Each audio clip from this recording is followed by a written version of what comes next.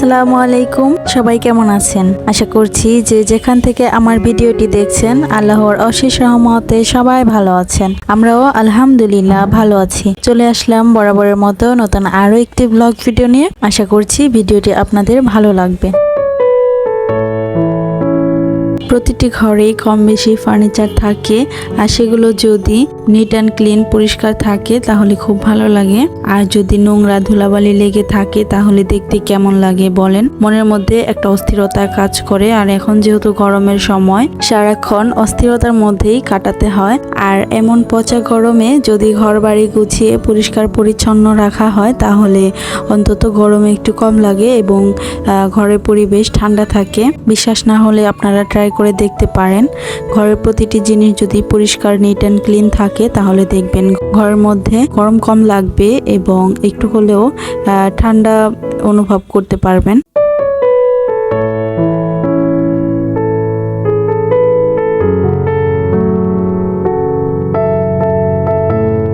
সংসারে কাজের কোনো শেষ নেই। সকাল থেকে সন্ধ্যা পর্যন্ত যত কাজই করি না কেন পরের দিন সেই কাজ আবারও ঘুরে ফিরে করতে হয়। আর বিশেষ করে এখন যেহেতু গরমের সময়, তো সেজন্য আরও বেশি কাজের মাত্রা মনে হচ্ছে যেন বেড়েই চলেছে। আর এত বেশি গরম হওয়ার কারণে কোনো কাজ করে আর কোনো স্বস্তি পাওয়া যাচ্ছে না, একেবারে অস্থিরতার মধ্যে সময় কাটছে। এরকম পচা গরমে একটু একটু টকঝাল মিষ্টি টাইপের আচার না হলে চলে বলেন। সেজন্যই আচার বানানোর প্রস্তুতি নিচ্ছি। এগুলো আমাদের বাসা থেকে আনা আম। আর এখানে আমি 3 ভাবে আম কেটে নিয়েছি, একটা আচার বানানোর জন্য, আর আরেকটা জেলি বানানোর জন্য, আরেকটা হচ্ছে আমের আমসত্ত্ব বানানোর জন্য। মোটামুটি রেডি করে ফেলেছি, এখন শুধু চিনি দিয়ে চিনি মেশানো বাকি। তো আমি ভালো করে আমসত্ত্বের আমগুলো সিদ্ধ করে তারপর একটা ছাঁকনিতে ছেঁকে নিয়েছি। এতে করে আমসত্ত্ব একেবারে স্বচ্ছ কাচের মতো দেখায় এবং খেতেও বেশ ভালো লাগে।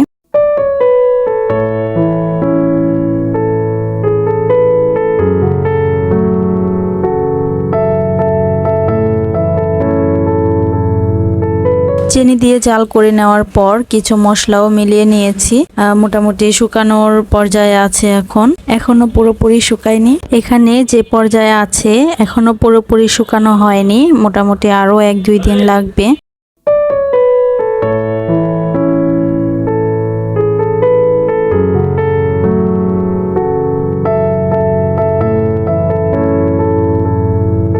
এই তো এখানে নিয়ে এসেছি ফাইনাল লুক। 3-4 দিন শুকানোর পর এখানে আমসত্ত্ব পুরো পারফেক্ট হয়ে গিয়েছে। এখন একটা চাকুর সাহায্যে কেটে নিব এবং বিভিন্ন শেপ করে নর্মাল টেম্পারেচারে রেখে দিব। এতে করে অনেক দিন ঘরে রেখে খাওয়া যাবে।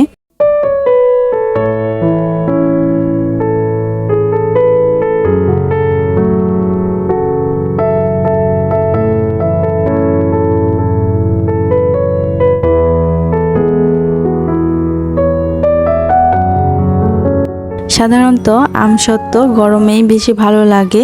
আর এখন যেহেতু প্রচণ্ড গরম, আর সেজন্য টক ঝাল টাইপের একটু আমসত্ত্ব করেছি যাতে গরমে খেতে ভালো লাগে।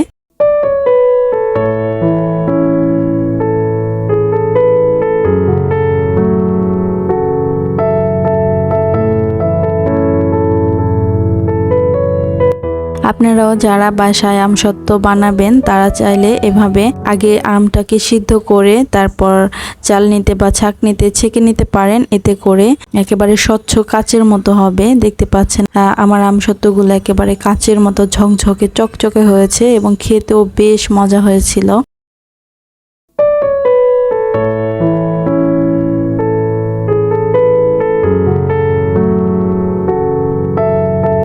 একটু বেশি করেই বানিয়েছি। নর্মাল টেম্পারেচারে রেখে দিলে অনেক দিন খাওয়া যাবে। আমার আমসত্ত্ব বানানো আপনাদের কাছে কেমন লেগেছে আমাকে চাইলে অবশ্যই কমেন্ট করে জানাতে পারেন। চিনিটাকে প্রথমে ভালো করে জাল করে নিয়েছিলাম। এতে করে চিনিতে যে একটা রং এসেছিল, লালচে লালচে বর্ণ ধারণ করেছিল, সেই লালচে বর্ণের সাথে যখন আমের মিশ্রণটাকে মিক্স করেছি তখন এই সুন্দর একটা কালার চলে এসছে। এতে করে আর নতুন কোনো রং ব্যবহার করার প্রয়োজন পড়েনি। সেজন্য আমি কোনো ধরনের রং ব্যবহারও করি না।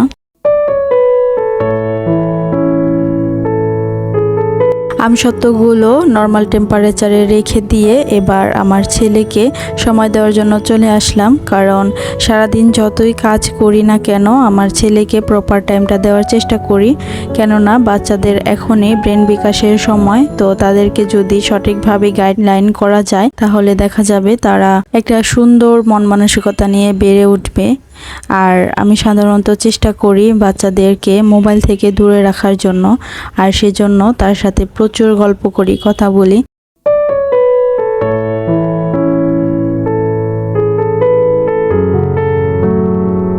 যদিও এখনও সে অনেক বেশি ছোট, তবুও তাকে এমন একটা পরিবেশে রাখার চেষ্টা করি যাতে করে মোবাইলের দিকে আসক্তি না হয়, এবং তাকে প্রচুর খেলনা দিয়ে রাখি, সে খেলা করে এবং আমি তার সাথে কথা বলি, গল্প করি, তাকে বিভিন্ন কবিতা শোনাই, এতে সে খুব এনজয় করে। এবং খেলাধুলার মাঝেই তাকে খাইয়ে দেওয়ার চেষ্টা করি, এতে করে তার খেলাধুলার ফাঁকে ফাঁকে খাওয়াও হয়ে যায়। বাচ্চাদের ঘরে প্রচুর খেলনা থাকে, সেগুলো যদি এদিকে ওদিকে ছড়ানো ছিটানো থাকে তাহলে দেখতে একেবারে এলোমেলো একটা পরিবেশ হয়ে যায়, ভালো লাগে না। আর সেই জন্য আমি এরকম একটা অর্গানাইজারের মাধ্যমে খেলনাগুলো স্টোরেজ করে রাখি, এতে করে খেলাধুলা শেষ হয়ে গেলে সবকিছু আবার গুছিয়ে একটা জায়গায় রেখে দেই, আবার যখন খেলার সময় হয় তখন এনে দেই। এভাবেই সে খেলা করছে, খেলনাগুলো একটা একটা করে নামাচ্ছে এবং ওঠাচ্ছে, আবার একটার সাথে আরেকটা গাড়ি পার্কিং করে রেখে দিচ্ছে। তার যেভাবে খুশি সেভাবে সে খেলা করছে এবং আমিও বসে বসে তাকে সায় দিচ্ছি, সে বেশ এনজয় করছে। বাচ্চাদের সাথে এভাবেই মা বাবাদের উচিত সময় কাটানো। শিশুরা অনুকরণ প্রিয়, বড়দের কোনো আচরণ বারবার ঘটতে দেখলে তা তারা রপ্ত করার চেষ্টা করে। বাচ্চাদের ডিভাইস থেকে দূরে রাখার জন্য সব সময় পজিটিভ থাকুন, একটি শিডিউল তৈরি করে ফেলুন, তারা যা ভালোবাসে তা করতে উৎসাহিত করুন, নিজেও যুক্ত হন ফান অ্যাক্টিভিটিতে। এতে করে কাজ পাশে রেখে আপনি নিজেও যখন যুক্ত হয়ে যাবেন আপনার শিশুর সঙ্গে মজার খেলায়, তখন শিশুর আর আপনার সম্পর্ক হয়ে উঠবে মজবুত। আমাদের বাসা থেকে যে আমগুলো আনা হয়েছিল সেখান থেকে কিছু আম ছিল পাকা বা আধা পাকা, সেখান থেকে 4-5টার মতো আম পেকে গিয়েছে, তো সেগুলো আজ কেটে খেয়ে নিব এবং তার সাথে লেবু শরবত বানিয়েছি। এবং যেহেতু প্রচণ্ড গরম, এই সময় একটু ঠান্ডা লেবু শরবত খেলে ভালো লাগে, সেজন্য আগে থেকে বানিয়ে ফ্রিজে ঠান্ডা করতে রেখে দিয়েছিলাম, এখন ঠান্ডা হয়ে গিয়েছে আর বের করে খেয়ে নিচ্ছি। তালের শ্বাস ছিল, সেগুলো খেয়ে নিব।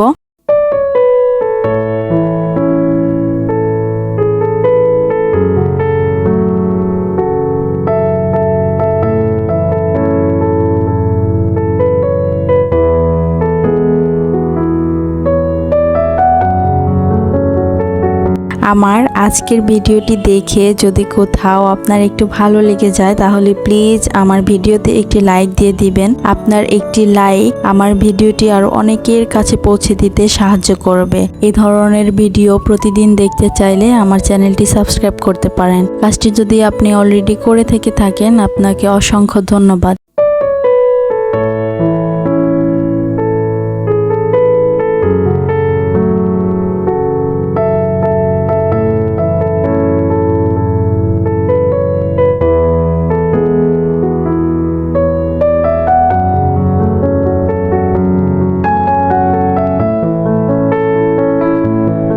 বিদায় নিচ্ছি আজ এখানেই, ফিরে আসবো নতুন আরো কোনো ব্লগ ভিডিও নিয়ে। সে পর্যন্ত সবাই ভালো থাকবেন, সুস্থ থাকবেন। আল্লাহ হাফিজ, আসসালামু আলাইকুম।